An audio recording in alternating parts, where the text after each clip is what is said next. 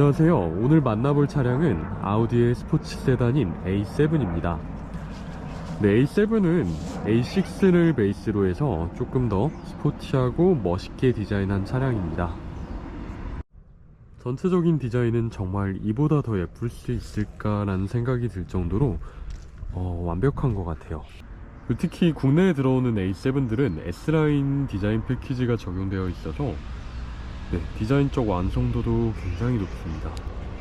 이렇게 아래쪽 에어 인테이크는 전부 실제로 뚫려 있고요. 아우디답게 라이트의 디테일이나 라이트의 디자인 정말 아름답습니다. 라이트는 디자인뿐만 아니라 기능적으로도 훌륭한데요.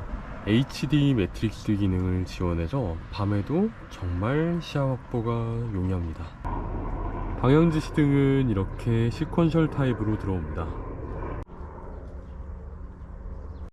본네트 위쪽으로도 이렇게 근육질의 몸매를 뽐내고 있습니다. 이 차량의 재원을 조금 말씀드리면 전장은 4975mm 고요 휠베이스가 2926mm, 그리고 전폭이 1910mm, 그리고 전고는 1425mm입니다. 이 수치답게 정말 낮고 그리고 넓고 긴 모습을 보여줍니다. 휠은 20인치 휠이 장착이 되고요. 그리고 타이어는 컨티넨탈사의 스포츠 컨택트 6가 장착이 됩니다. 이 안쪽에 보이는 캘리퍼는 아무런 각인이 없는 건 조금 아쉽긴 하지만 추후에 도장을 한다거나 아니면 각인을 넣는다면은 일단 크기 자체가 좀 있기 때문에 꽤나 예뻐질 것 같습니다. 전체적으로 차량의 라인이 정말 아름다운데요. 이 밑에 쪽 캐릭터 라인과 이 위에 쪽에서 쭉 연결되는 이 캐릭터 라인이 정말 아름답습니다. 그리고 이 뒤쪽에서는 문 손잡이 위쪽으로 다시 한번 캐릭터 라인이 시작이 되어서 끝에까지 이렇게 쭉 연결이 됩니다. 윈도우 라인도 정말 깔끔하게 잘 마감되었네요. 지금 보시면은 윈도우 몰딩도 이렇게 블랙으로 마감해 놔서 지금 이 시승 차량의 색상인 블랙 색상과 정말 잘 어우러집니다. A7의 하이라이트라고 할 수 있는 이 깎아지는 루프 라인도 정말 말할 것도 없이 아름답습니다.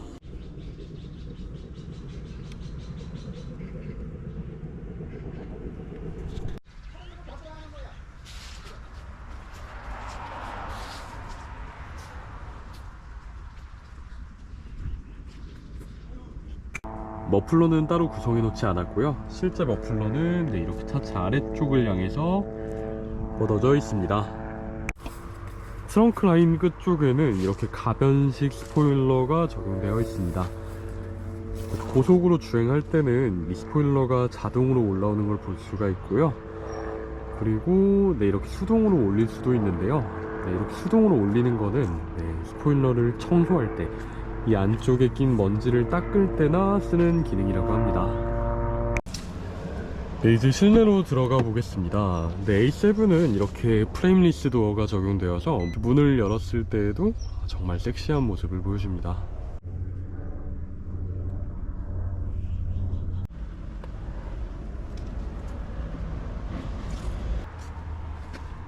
시트는 컴포트 시트가 적용되었고요. 그리고 전체적인 디자인이나 착자감도 굉장히 좋습니다.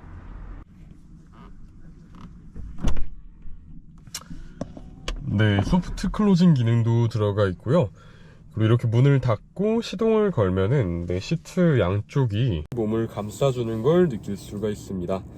시트는 전동으로 조작이 가능하고요.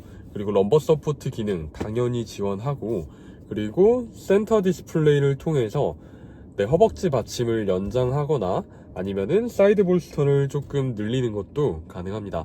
그래서 체형에 맞는 시트 포지션을 찾을 수가 있어요. 스티어링 휠은 더블 스포크 타입의 스티어링 휠이 적용되었고요. 그리고 디자인도 썩 괜찮고, 그리고 촉감도 굉장히 좋습니다. 디지털 클러스터는 운전자가 원하는 대로 취향에 따라서 이렇게 변경을 할 수가 있고요. 이 차는 지금 플러그인 하이브리드 모델이다 보니까 이렇게 일반적인 내연차처럼 세팅하거나 아니면 이렇게 배터리 소모량 표시해 줄 수 있고요. 아니면 이렇게 둘 다 표시해 줄 수 있게 구성이 되어 있습니다. 그리고 아우디답게 원하는 정보를 직접 원하는 정보를 이렇게 띄우는 것도 가능합니다. 이렇게 지도를 크게 띄우는 것도 물론 가능하고요. 센터 디스플레이는 요즘 차들에 비해서 크기는 조금 아쉽지만 일단 대시보드 안쪽으로 이렇게 들어가 있다는 게 일단 저는 개인적으로 정말 마음에 듭니다. 확실히 좀 화면을 붙여놓는 것보다 이렇게 해놓는 방식이 훨씬 깔끔한 것 같아요. 햅틱 기능도 지원하고, 그리고 메뉴 자체도 그렇게 복잡하지 않기 때문에 조금만 공부하면은 그렇게 어렵지 않게 사용할 수가 있습니다. 그리고 이 아래쪽도 디스플레이로 구성이 되어 있는데요. 사실 이 부분은 저는 조금 아쉽기는 합니다. 이렇게 터치식으로 구성되어 있으면 확실히 보기는 좀 깔끔하고 그리고 좀 더 현대적인 느낌은 나는데 터치로 조작을 하다 보면은 조금 불편할 때가 있어요. 특히 운전 중에 조작을 하기는 조금 불편해서 개인적으로는 터치 방식을 별로 안 좋아하긴 하지만 전체적인 디자인을 봤을 때는 굉장히 세련됐습니다. 그래도 이렇게 버튼들을 좀 크게 구성을 해놨기 때문에 사용하는 게 그렇게 어렵지는 않습니다.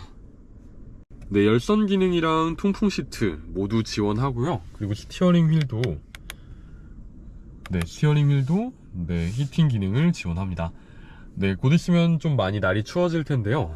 스티어링 휠 히팅 기능이랑 그리고 열선 기능 당연히 있어야겠죠. 이 아래쪽으로는 드라이브 모드를 변경할 수 있는 버튼이 마련되어 있고요. 여기는 터치 같지만 사실 터치는 아닙니다.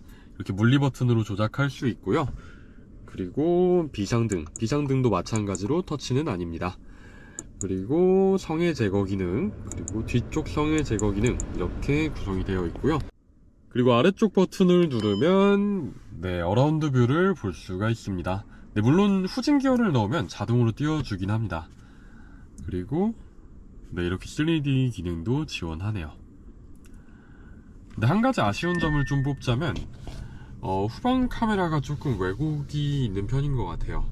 지금은 여기 풀숲이라서 크게 티가 나진 않는데 실제로 주차할 때 양쪽의 차를 보면은 조금 왜곡이 있는 편이긴 합니다.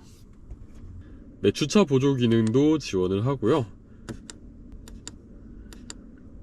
그리고 운전자 지원 시스템 어느 정도로 개입을 하게 할 건지 설정할 수가 있습니다.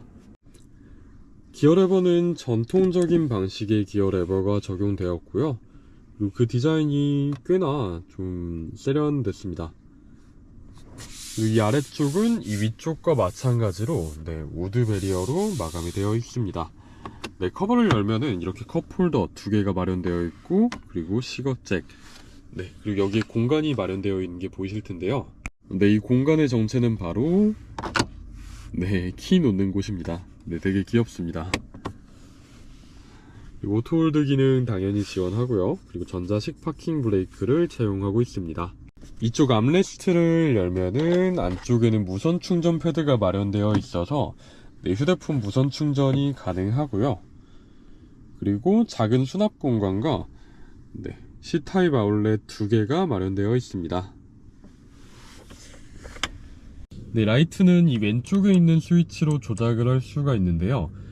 이게 굉장히 마음에 들었던 게 뭐냐면 제가 라이트를 꺼놓은 상태에서 주행을 시작하면은 차가 알아서 상황에 맞게 라이트를 조작해 줍니다. 그래서 A7은 스텔스 차를 절대 볼 수가 없습니다. 여기저기 만져봐도 조립 품질이 좀 좋은 편입니다.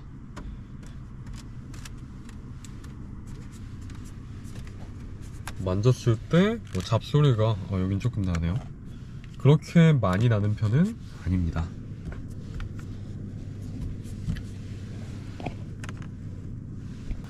이 차량의 오디오 시스템으로 뱅앤올룹슨 오디오 시스템이 적용이 되었는데요. 동급 차량들이랑 비교를 해봤을 때 제가 생각할 때는 가장 좋은 음질을 보여주지 않나 싶습니다.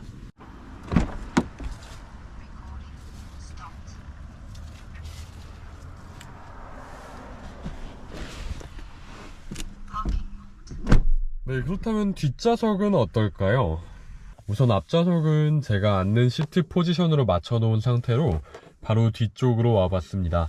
제가 키가 179 정도 되는데요. 지금 무릎 공간은 주먹이 2개가 들어갈 수 있을 정도의 공간이 남습니다. 그리고 시트 아래쪽 공간도 이렇게 발을 충분히 넣을 공간이 되어서 다리 쪽은 굉장히 편안합니다.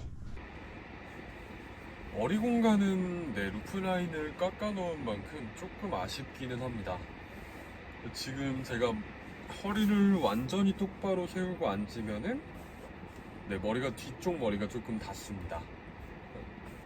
근데 사실 뒷좌석에 앉을 때 이렇게 허리를 딱 세우고 앉는 경우는 그렇게 많지는 않잖아요. 그래서 제가 그냥 편하게 좀 앉으면은 그래도 머리가 조금 닿긴 한데 사실 쿠페형 세단인 걸 감안하면은 이 정도 공간이면은 크게 부족함은 없는 것 같아요. 네, 괜찮습니다. 콘솔 박스 뒤쪽으로는 이렇게 뒷좌석에서도 공조 장치를 조작할 수 있도록 조작 패널이 마련되어 있고요. 터치식으로 작동할 수 있습니다. 그리고 뒷좌석에서도 열선 기능 사용할 수 있고, 그리고 양쪽의 온도를 다르게 세팅할 수가 있습니다. 지금 앞좌석의 2좌석 그리고 뒷좌석의 양쪽 좌석까지 전부 다 온도를 다르게 설정할 수 있어서 각자 개인의 취향에 따라서 설정을 하면 되겠습니다. 그리고 그 아래쪽으로는 C타입 아울렛 2개와 시거잭이 마련되어 있고요. 그리고 턱이 조금 높기 때문에 뒷좌석에 앉는 거는 조금 무리가 있어 보이긴 합니다. 앉아볼까요? 뒷좌석 가운데 앉으려면은 이러고 앉아야 됩니다. 뒷좌석 가운데는 안 앉는 게 낫겠네요. 아니면은 이렇게 좀 다리를 벌리고 앉아야 되겠습니다. 가운데 쪽 암레스트를 내리면은 이렇게 컵홀더도 사용할 수가 있고요. 그리고 안쪽에는 수납 공간도 마련이 되어 있습니다. 그리고 지금 이게 잘 보이실지 모르겠는데 안전벨트 클립 주변으로 이렇게 불이 들어옵니다. 이게 좋은 점이 뭐냐면 어두운 주차장에서는 안전벨트 이 클립을 찾기가 조금 어려운 경우가 있는데요. 이렇게 주변부로 불이 들어오다 보니까 어두운 주차장이나 아니면 어두운 밤에도 안전벨트 클립을 찾기가 굉장히 수월하더라고요. 그래서 이게 아우디의 센스가 아닌가 싶네요. 천장에는 썬루프가 마련이 되어 있는데요. 파노라마 썬루프는 아니지만 일단 개방이 가능합니다. 뒷좌석에서 본 이 도어 트림의 디자인은 굉장히 마음에 드네요.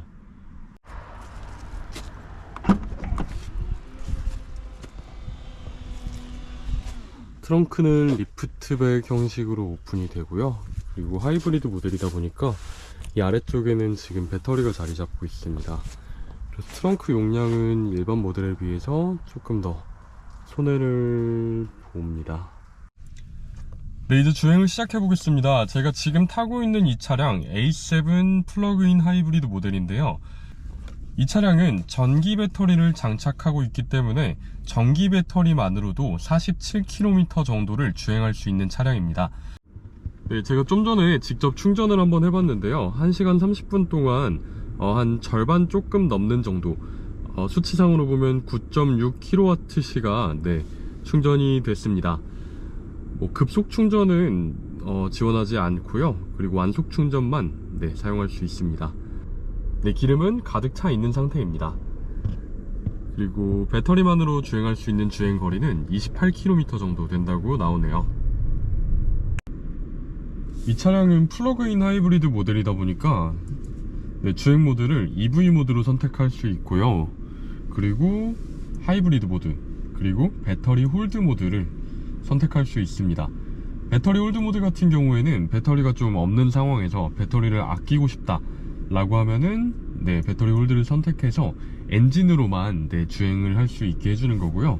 EV 모드 같은 경우에는 말 그대로 전기만을 사용해서 주행을 하는 겁니다. 저는 오토 하이브리드 모드로 일단 주행을 해보겠습니다. 사실 이 A7 플러그인 하이브리드 모델은 제가 처음 블로그를 시작하면서 정말 초창기에 시승을 했던 모델입니다.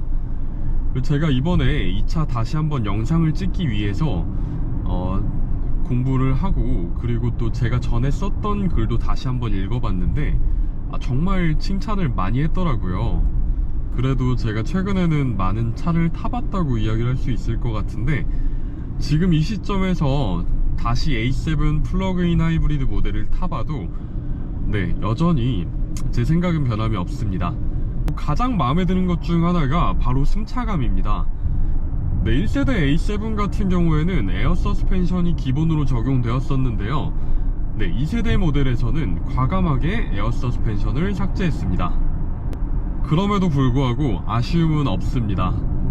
지금 이 차량은 전자식 댐핑 컨트롤이 들어갔는데요. 거창한 건 아닙니다. 사실 기술 자체는 그렇게 거창한 건 아닌데, 지금 이 차량은 보면은 정말 세팅을 잘 해놨다는 생각이 듭니다. 지금처럼 좀 요철이 많은 구간을 지날 때에도 충격 흡수를 굉장히 잘 해주고요. 그리고 지금처럼 이렇게 매끈한 도로를 달릴 때는 정말 부드러워요. 한 가지 아쉬운 점은 타이어 쪽에서 좀 소음이 많이 올라오긴 합니다. 근데 이 점은 타이어의 문제인 걸로 보이고요. 그것과는 별개로 승차감이 굉장히 좋습니다. 사실 에어 서스펜션은 소모품이기 때문에 주기적으로 좀 갈아줘야 되기는 합니다. 저도 에어 서스펜션의 승차감을 굉장히 좋아하지만, 그래도 좀 장기적으로 봤을 때는 유지비가 조금 많이 들어가긴 합니다. 오히려 유지 관리 면에서 봤을 때는 에어 서스펜션이 적용되지 않은 게 조금 더 좋지 않나 라는 생각도 들고요. 그리고 그 이전에 이 차의 승차감 자체가 전혀 아쉬움이 없기 때문에 저는 에어 서스펜션이 없어도 딱히 아쉽지는 않은 것 같네요. 그리고 주행을 하면서 또 인상적이었던 점은 바로 회생제동입니다. 지금 이 차량에는 전기차에 들어가는 정도의 회생제동은 적용되지 않았지만, 제가 주행을 하면서 엑셀에서 발을 뗐을 때 앞차와의 거리를 자동으로 인식해서 알아서 회생제동 양을 조절해 줍니다. 이렇게 앞에 차가 있을 때는 저절로 회생제동의 양을 조절하면서 배터리를 충전하는 모습도 볼 수가 있습니다. 회생제동이 작동할 때에는 이 브레이크 페달도 실제로 같이 동작을 하기 때문에 제가 운전을 하면서 브레이킹 양을 조절하기가 굉장히 용이합니다. 그리고 터널이나 어두운 곳을 지날 때에는 이렇게 앰비언트 라이트도 밝게 비춰주며 좀 고급스러운 모습을 보여줍니다. 벤츠나 아니면 다른 차량들에 비해서 좀 과하진 않아서 오히려 조금 더 세련된 면이 있는 것 같네요. A7 플러그인 하이브리드 모델은 전기 모터와 직렬 4기통 가솔린 엔진을 조합하여 최고 출력 367마력에 최대 토크 51kgm를 만들어냅니다. 현재 국내에서 판매 중인 A7 모델들 중에서 가장 강한 출력을 자랑하는데요. 플러그인 하이브리드 모델이다 보니까 무게가 조금 증가했습니다. 그래서 강한 출력을 갖고 있지만 제로백은 5.8초입니다. 6기통 가솔린 엔진을 장착한 A7 55TFSI 모델 대비해서 마력이 조금 더 높지만 제로백은 조금 뒤처지는 모습을 보입니다. 그래서 실제로 주행을 해봤을 때에도 운전자에게 느껴지는 감성은 스포티함보다는 고급스러움 쪽이 조금 더 가깝습니다. 물론 전기 모터가 초반 가속을 도와주며 엑셀을 좀 깊게 밟으면은 꽤나 좀 잘 나가는 모습을 보여주는데요. 전체적인 승차감이나 아니면 차의 움직임 그리고 엔진의 반응을 보면은 일단 힘이 전혀 부족한 차는 아니지만 뭔가 그렇게 급감속을 하는 것보다는 고속으로 크루징을 한다든가 아니면은 그렇게 좀 넉넉한 출력으로 여유롭게 다닐 수 있는 차량이라고 생각이 듭니다. 다이나믹 모드로 주행 모드를 바꾸면 자동으로 이렇게 미션도 스포츠 미션 모드로 들어가게 되는데요. 전기 모터와 그리고 엔진이 적극적으로 개입하면서 꽤나 괜찮은 가속 성능을 보여줍니다. 그리고 코너링도 굉장히 좋아요. 이 차량은 지금 아우디의 사륜구동 시스템인 콰트로가 적용되어 있습니다. 덕분에 코너링을 돌거나 할 때에도 굉장히 안정감 있는 모습을 보여줍니다. 이렇게 급가속을 하고 그리고 고속으로 좀 주행을 할 때에도 차량의 안정감이 굉장히 좋습니다. 아우디 폭스바겐 계열 차량들은 이렇게 핸들 아래쪽에 있는 레버를 이용해서 어댑티브 크루즈 컨트롤을 활성화할 수 있습니다. 이쪽 계기판을 보시면 앞쪽 상황을 표시해주는 걸 볼 수가 있습니다. 지금 양쪽에 있는 차량들을 인식해주진 않지만 차선 인식해주고, 그리고 지금 왼쪽이죠. 지금 왼쪽에서 차가 오고 있다는 걸 계기판을 통해서도 알려줍니다. 그리고 앞쪽에 지금 트럭이 있다는 것도 인식을 하고 있네요. 저는 지금 아무런 조작도 하지 않고 있는데 차가 알아서 잘 조작을 해주고 있습니다. 지금처럼 길이 조금 막히는 상황에서도 차선 중앙 유지와 그리고 차간거리 유지를 정말 잘 해주고 있습니다. 갑자기 차가 끼어드는데 그래도 비교적 빨리 인식해서 잘 차를 멈춰 주었습니다. 이 차량이 하이브리드 모델이다 보니까 연비도 많이 궁금하실 텐데요. 제가 지금까지 오늘 하루 동안 60km 정도를 주행을 했는데요. 아까 배터리가 있을 때에는 연비가 20km가 넘어가는 모습을 보여주었었는데, 지금 배터리를 다 소진하고 나서 그리고 제가 좀 전에 좀 밟았더니 연비가 조금 떨어지긴 했습니다. 지금 표시되는 연비는 16.6km/L를 표시하고 있고요. 그리고 제가 어제 이 차를 받아서 전기가 없는 상태에서 주행을 했었는데, 전기가 없는 상태에서도 10.5km/L 정도를 기록하는 것을 볼 수가 있었습니다. 그리고 지금 이 차량이 직렬 4기통 가솔린 엔진에 7단 스텝트로닉 미션을 장착하고 있는데요. 전기 모터가 없을 때에도 효율은 꽤나 괜찮은 편이라고 보이고요.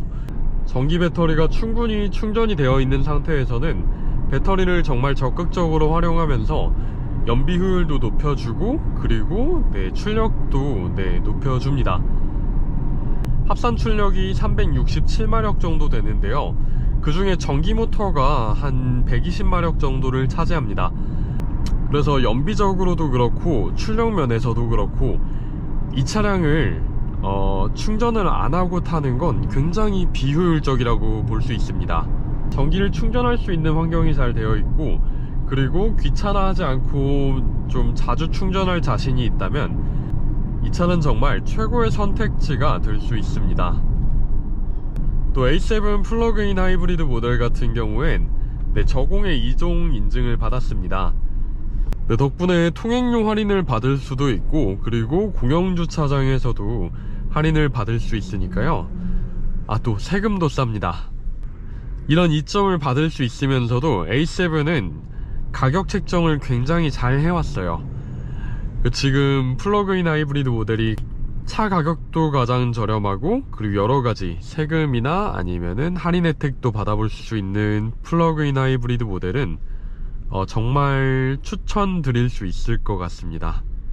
만약에 충전을 하는 게 좀 번거롭고, 그리고 충전기가 주변에 없으시다면 가솔린 모델이나 아니면 디젤 모델을 구매하시는 게 조금 더 나으실 겁니다. 끝으로 이 차량은 아우디 동대문 전시장에 오지은 대리님께서 제공을 해주셨습니다. 제가 지금 사실 유튜브는 시작한 지가 얼마 안 됐지만 블로그는 그래도 좀 꾸준히 하고 있었는데요. 블로그 할 때부터 아우디 차량을 지원을 해주신 분입니다. 그만큼 제가 좀 자주 뵀었는데요. 굉장히 긍정적이시고 밝은 에너지를 가지셨습니다. 그래서 아우디 차량을 혹시 구매 희망하시거나 아니면은 상담 희망하신다면 네, 아우디 동대문 전시장의 오지은 대리님을 추천드립니다. 제가 오늘 코감기가 좀 세게 걸려서 네, 목소리가 정말 코맹맹이 소리가 많이 나는데요. 그럼에도 불구하고 끝까지 봐주셔서 정말 감사드립니다. 감사합니다.